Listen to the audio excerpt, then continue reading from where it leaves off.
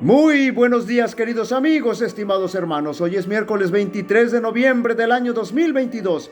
Vamos a reflexionar sobre la lección de escuela sabática que se titula Predicar a los espíritus encarcelados.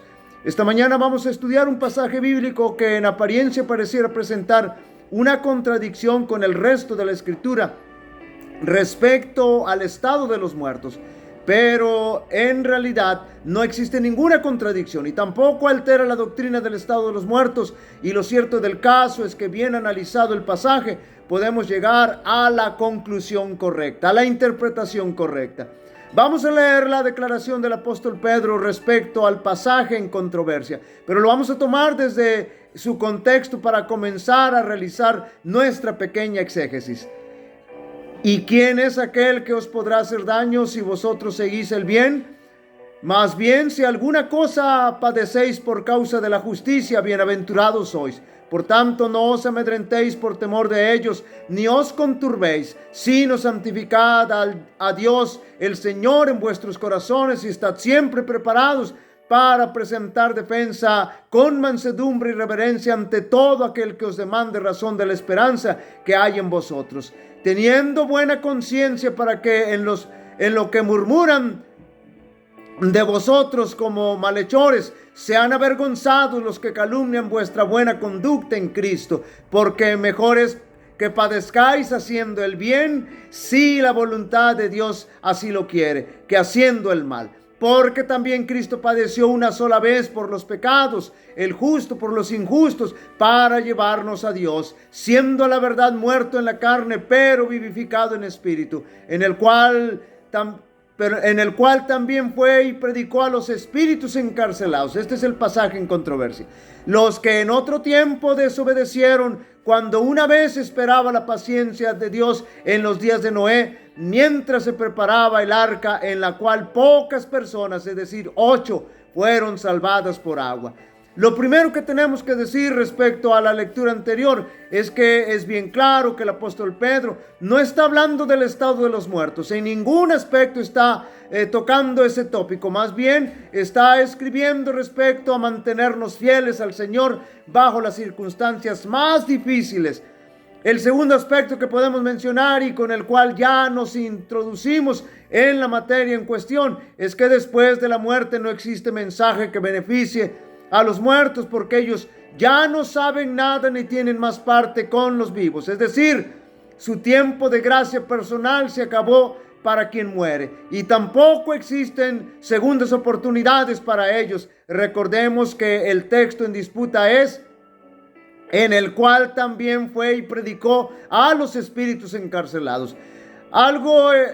Algo que es absolutamente imposible y falso, de que Cristo predicó a los muertos mientras estuvo en el sepulcro, de manera específica a los muertos del diluvio, de acuerdo al verso 20 que hace mención de ello. Pero algunos eruditos que apoyan la inmortalidad del alma dicen que Jesús, al estar en la tumba, les predica a los demonios, es decir, a los ángeles caídos que siguieron a Satanás. Pero eso es totalmente falso, porque Jesús lo único que hizo en la tumba fue participar del sueño de la muerte, fue descansar. Además, la situación de los demonios, así como la de Satanás, ya estaba decidida. Es decir, su tiempo de gracia personal se había acabado. Estos eruditos también dicen que Jesús, al estar en la tumba, le predica a los muertos en el infierno o en el purgatorio. Pero esos conceptos ya sabemos que son falsos, no existen. Y tan no existen que las versiones bíblicas revisadas han tenido que cambiar el concepto infierno por el de Hades. La diferencia es esta: el infierno es el lugar de castigo de los malvados, aunque sabemos que el infierno no existe. El Hades es el lugar donde están los muertos, es decir, el sepulcro.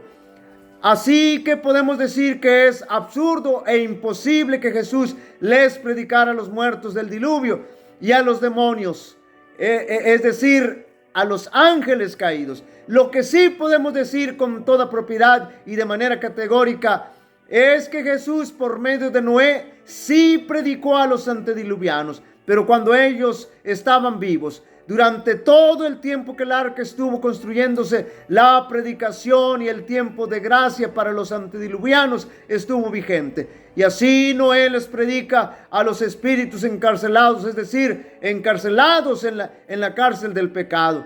¿Cómo lo puede estar cualquier persona que se encuentra presa del pecado? Sin embargo, el tiempo de gracia personal de los antediluvianos se les terminó. Y cuando el ser humano muere sin esperanza, su situación eterna es decidida. Porque en el sepulcro donde van, no existen segundas oportunidades. Los muertos nada saben y tampoco tienen más parte con los vivos. Así que, como podemos ver, la Biblia no presenta ninguna contradicción respecto a la enseñanza del estado de los muertos. Dios les concedió a los antediluvianos 120 años de tiempo de gracia, y durante ese tiempo les predicó mediante Matusalén, Noé y muchos otros de sus siervos. Si hubieran prestado atención al testimonio de sus fieles testigos, si se hubieran arrepentido y retornado a su lealtad, Dios no les hubiera destruido. Para esto apareció el Hijo de Dios, para deshacer las obras del diablo. Cristo estaba empeñado en esa guerra en los días de Noé.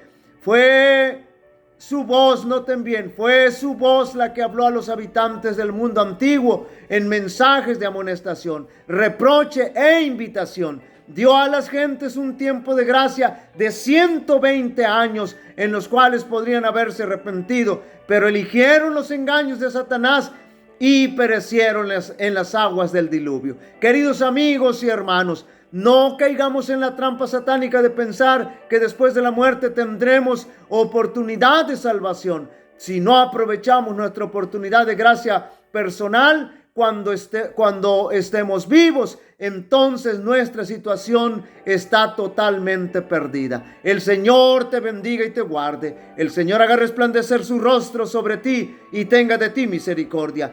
El Señor alce sobre ti su rostro y te dé paz. Así invocarán mi nombre sobre los israelitas y yo los bendeciré. Dios bendiga a cada uno de vosotros.